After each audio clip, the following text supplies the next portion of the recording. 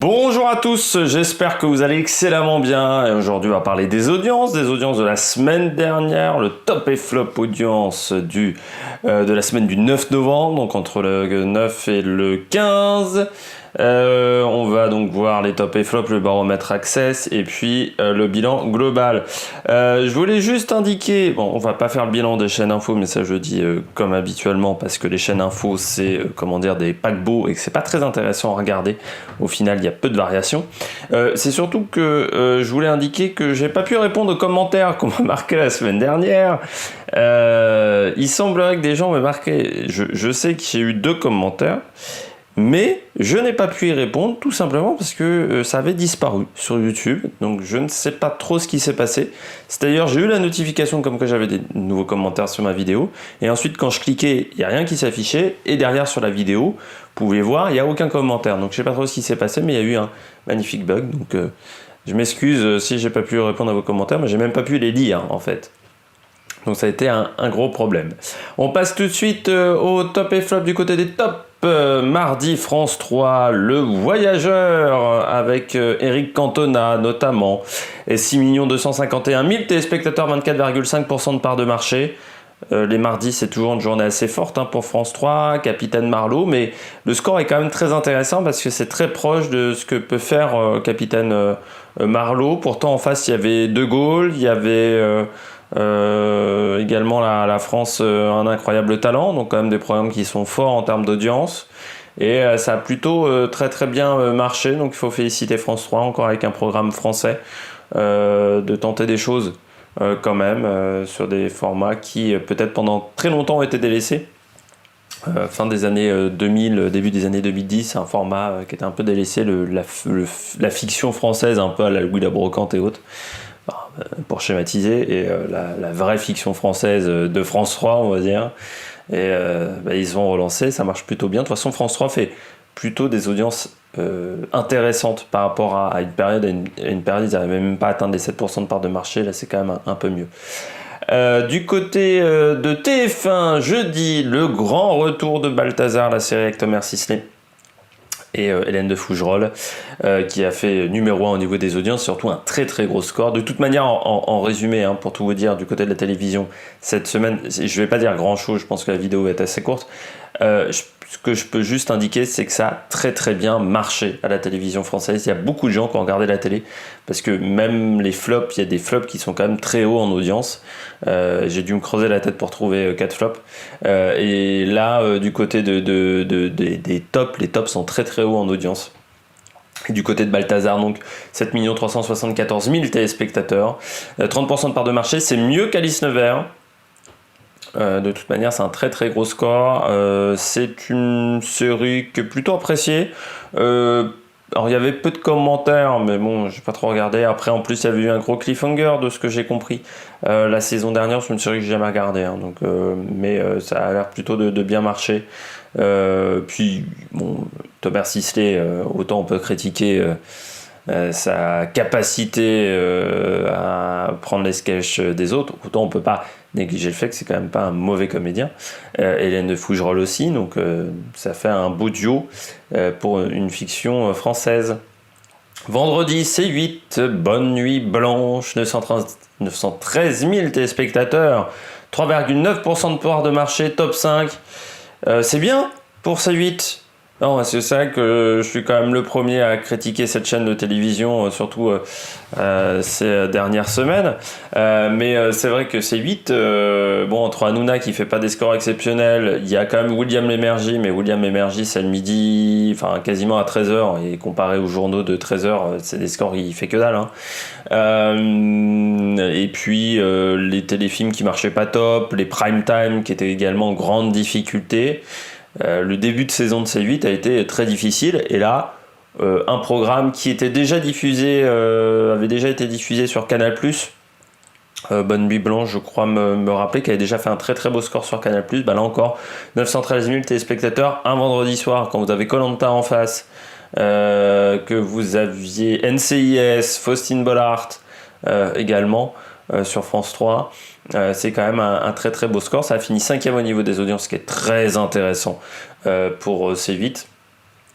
Et c'est quand même pas désavantagé par TPMP avant, parce qu'on sait que normalement TPMP le vendredi c'est pas top.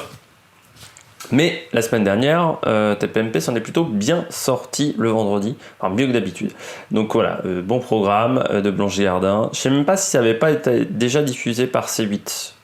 Il n'y avait pas déjà eu un one-man show de Blanche Gardin qui avait été diffusé. Après, c'est Blanche Gardin, donc c'est de l'humour piquant, mais c'est très bien écrit. Enfin voilà, il y a du gros travail derrière. Dimanche sur TF1, Death Witch, 6 285 000 téléspectateurs, 26,1% de part de marché. Le film avec Bruce Willis.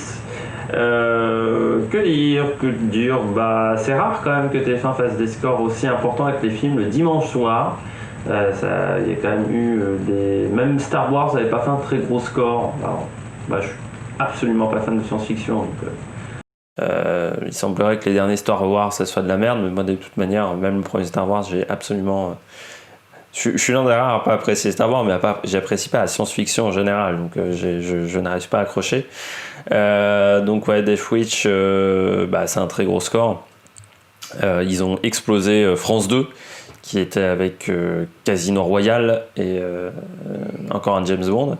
Mais ouais, très très bon score avec un film qui était inédit. Je vais pas souvenir s'il avait été diffusé il y a très longtemps. Enfin, s'il avait été diffusé.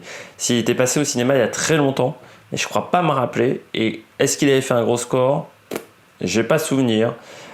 Du côté de Bruce Willis, moi je me souviens d'avoir vu la bande-annonce à l'époque quand ça sortait. Je m'étais dit ça a l'air quand même pas mal ce truc là, mais j'ai pas regardé parce que dimanche je récupérais un petit peu des sports mécaniques, un petit peu du sport que j'avais raté de dimanche, donc de dimanche en partie, donc il a fallu que je récupère un petit peu des choses. Du côté des flops, mais très bon score pour TF1, ça fait du bien quand même pour eux, parce qu'ils avaient vu des films le samedi qui marchaient pas top. Du côté des flops, on va encore parler de TF1, on parle beaucoup de TF1 dans cette vidéo, avec lundi, Au-dessus des nuages, un téléfilm avec Alice Taglioni, 3 87 000 téléspectateurs, 13,5% de part de marché, ils ont fini 3e au niveau des audiences. Peu de promotion sur ce téléfilm, ce qui peut paraître assez surprenant. Normalement c'est quand même Alice Taglioni, donc c'est quand même une bonne actrice, mais derrière c'est des téléfilms un peu à l'eau de rose. Et la semaine d'avant déjà ils avaient fait un mauvais score avec c'était quoi le téléfilm, je sais plus. Non, au final je l'avais enlevé. Je l'avais pas mis dans les mauvaises audiences, mais c'était pas incroyable déjà. Donc là c'est un lundi soir, TF1 peut pas se contenter de 3 millions de téléspectateurs, et il faut quand même dire que depuis quelques temps, TF1 a quand même de grandes difficultés sur ses débuts de semaine.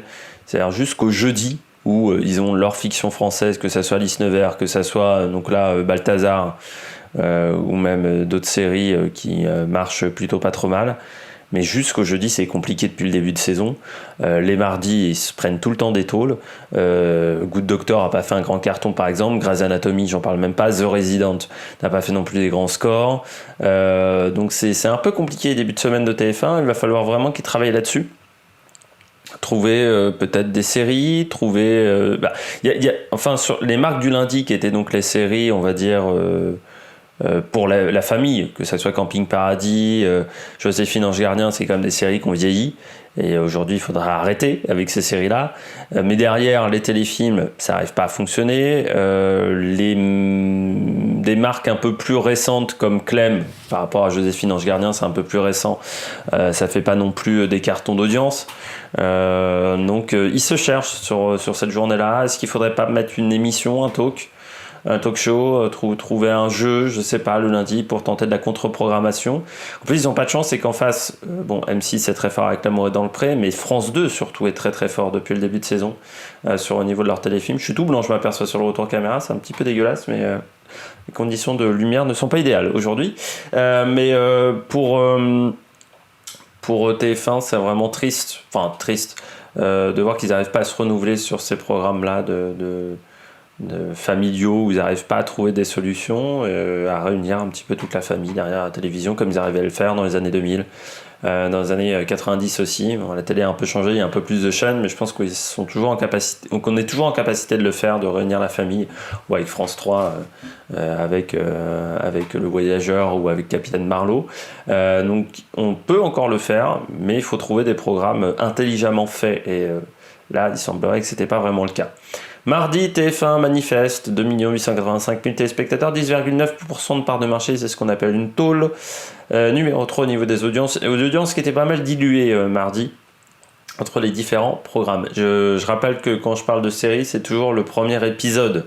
Je donne l'audience du premier épisode, pas du deuxième. À part quand je précise, quand je donne l'audience du deuxième. Du côté de Manifeste, série de science-fiction. Et série qui fait un carton aux États-Unis, mais il y a une vraie culture des séries de science-fiction aux États-Unis avec Sci-Fi, avec ces chaînes-là. Nous en France, à chaque fois qu'on a mis des séries de science-fiction à la télévision, ça n'a jamais marché, que ça soit Heroes. La seule peut-être qui a un peu marché, c'était les 4400, et encore c'était la première saison, et c'était à une époque où M6 ne faisait pas des très très grands scores. Donc je pense qu'aujourd'hui il faudrait relativiser. Les saisons d'après des 4400 n'avaient pas fait un carton. Les trilogies du samedi, par exemple, ça faisait 10% de part de marché, pas beaucoup plus, à une époque où il n'y avait que 6 chaînes. Donc 10% de part de marché, c'était vraiment pas exceptionnel non plus. Ça n'a jamais été un carton, la science-fiction en France. C'est pas... La science-fiction, c'est pas un public de niche, parce que quand on voit Star Wars et tout ça. Mais... c'est pas assez fédérateur pour une chaîne de télévision. Et là, c'est très clairement le cas avec Manifeste. C'est-à-dire que c'est aux États-Unis, ça fait des scores intéressants. C'est pas non plus les scores d'NCIS ou de Grey's Anatomy aux États-Unis, même si Grey's Anatomy est quand même en forte baisse. C'est pas les scores de Good Doctor quand même. Et puis après, il y a toujours le même problème avec TF1, c'est-à-dire que le décalage au niveau États-Unis, France, qui est énorme. Des fois des épisodes qui ne sont pas diffusés dans l'ordre, et comme ils ont fait le con avec certaines séries, par exemple l'Esprit criminel, les gens n'ont plus envie de regarder les séries sur TF1. Et on s'aperçoit qu'M6 par exemple arrive à faire beaucoup plus en termes d'audience, avec certaines séries ils arrivent à faire 3 millions et demi avec NCIS, mais parce que l'écart avec les États-Unis est moindre, et je pense que surtout M6 a moins pris les gens pour des cons avec les séries, c'est-à-dire qu'ils n'ont jamais fait le truc de diffuser les épisodes dans le désordre, ou très rarement c'était vraiment à cause du CSA qu'ils étaient obligés de faire ça.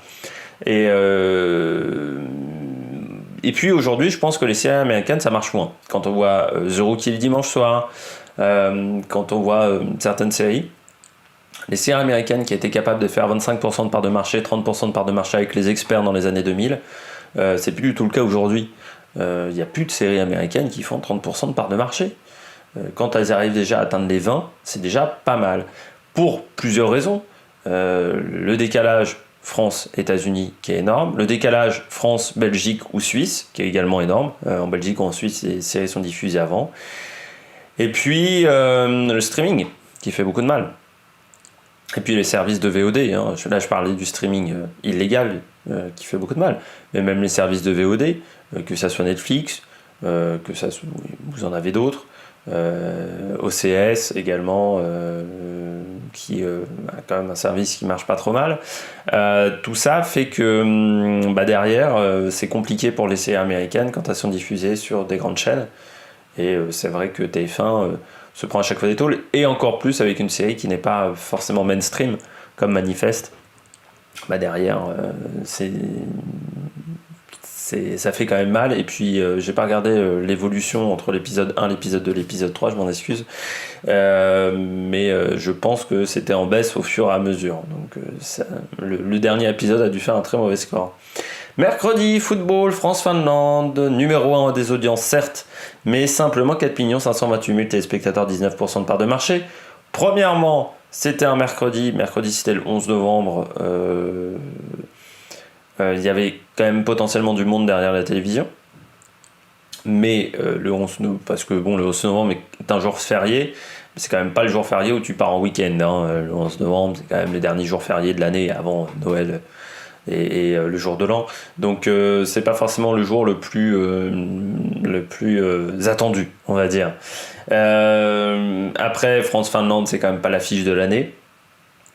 Victoire de la Finlande, donc il y a peut-être des gens qui se sont barrés après la mi-temps quand ils ont vu la Finlande marquer 2-0.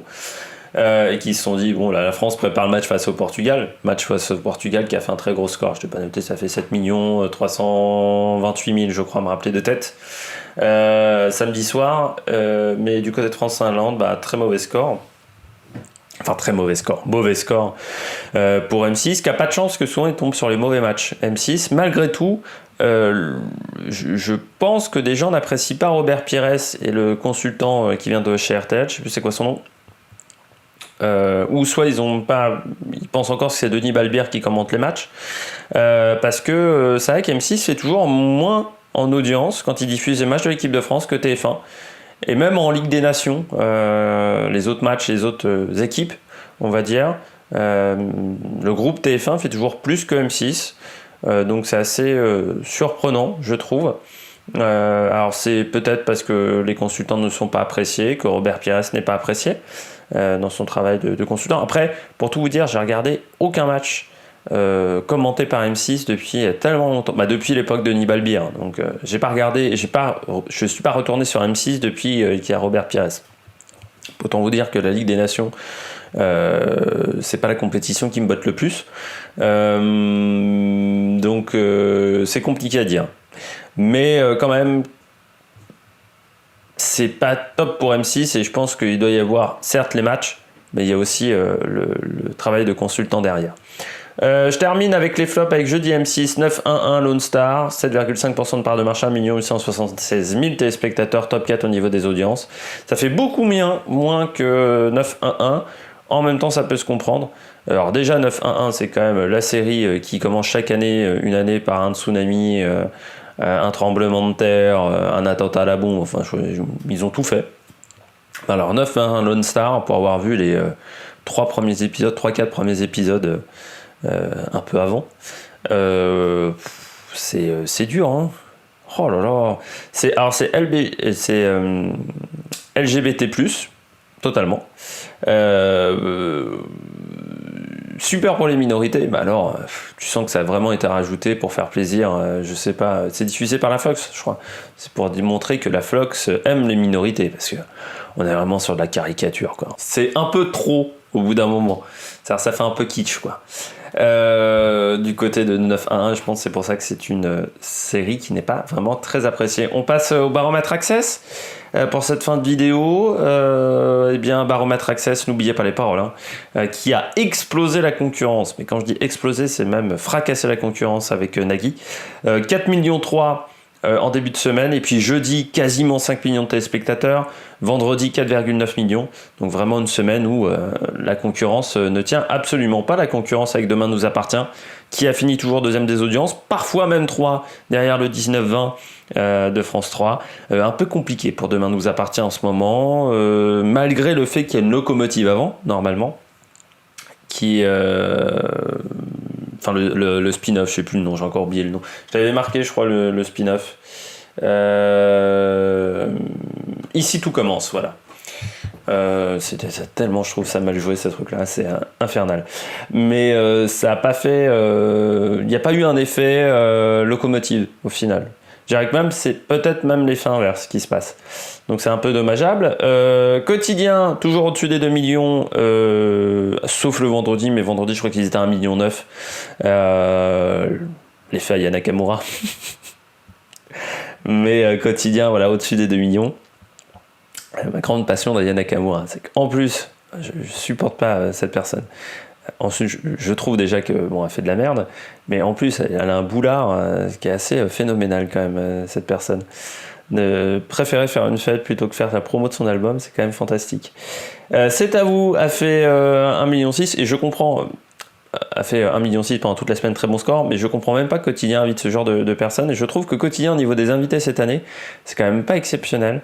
Moi, je regarde que quand j'ai le temps, le week-end, l'émission hebdo, mais je trouve qu'au niveau des invités cette année, c'est quand même, j'ai vu des trucs quand ils invitent Aya Nakamura, je trouve qu'il y a un peu d'auto-promotion et je trouve ça dommageable quoi, qu'ils fassent émission pour faire la promo des artistes, et surtout d'artistes bon, pas forcément exceptionnels, comme Nakamura, ou faire 2 fois venir Camélia Jordana, c'est un peu triste, je trouve, alors qu'il y a peut-être d'autres artistes qui mériteraient plus d'être mis en avant. Et puis je termine avec TPMP, donc autour du million pendant toute la semaine, 20 vendredi. Vendredi, c'était Cyril Hanouna qui présentait l'émission, donc il y a un vrai effet quand même Cyril Hanouna quand il est là. Voilà, après ça reste faiblard pour du TPMP, pour une émission qui coûte très très cher. Que ça soit au CSA ou en coût de production ou en image, je pense, pour C8, parce que C8 a une mauvaise image. C'est aussi un petit peu à cause de TPMP, donc c'est un peu difficile au niveau des audiences. On finit avec le bilan global, donc comme je disais, du monde devant la télévision, parce que toutes les grosses chaînes, même quasiment toutes les chaînes, sont en hausse au niveau des audiences, avec TF1 qui a pris 1,1 en une semaine par rapport à la semaine dernière, qui s'établit à 20,5% de part de marché sur toute la semaine, et puis ensuite France 2 plus 0,2, France 3 plus 0,3, M6 plus 0,7, C8 également qui est pas mal remonté, enfin voilà, les audiences en hausse pour la plupart des chaînes de télévision. J'espère que vous avez aimé cette vidéo. Si vous avez aimé cette vidéo, n'hésitez pas à vous abonner à la chaîne en mettant la petite cloche, comme ça vous êtes au courant de quand sortent les dernières vidéos, parce qu'il faut savoir que je peux pas gérer l'upload nickel, déjà parce que YouTube me fait des petites feintes. La vidéo Corinne Diacre, j'étais à 70% d'upload, et puis c'est reparti à 0 par la magie du Saint-Esprit, parce que je dois pas avoir assez de débit internet tout simplement, donc c'est un petit peu triste de ce côté-là, donc je peux pas vous donner des horaires précis pour les uploads, parce que je suis à la merci des internets. Et puis n'hésitez pas à mettre un pouce bleu si vous avez aimé la vidéo, n'hésitez pas à réagir dans les commentaires, à dire ce que vous avez regardé à la télévision, et j'espère qu'ils s'afficheront. Et puis nous on se retrouve pour de nouvelles aventures sur la Merrick Production. Ciao ciao.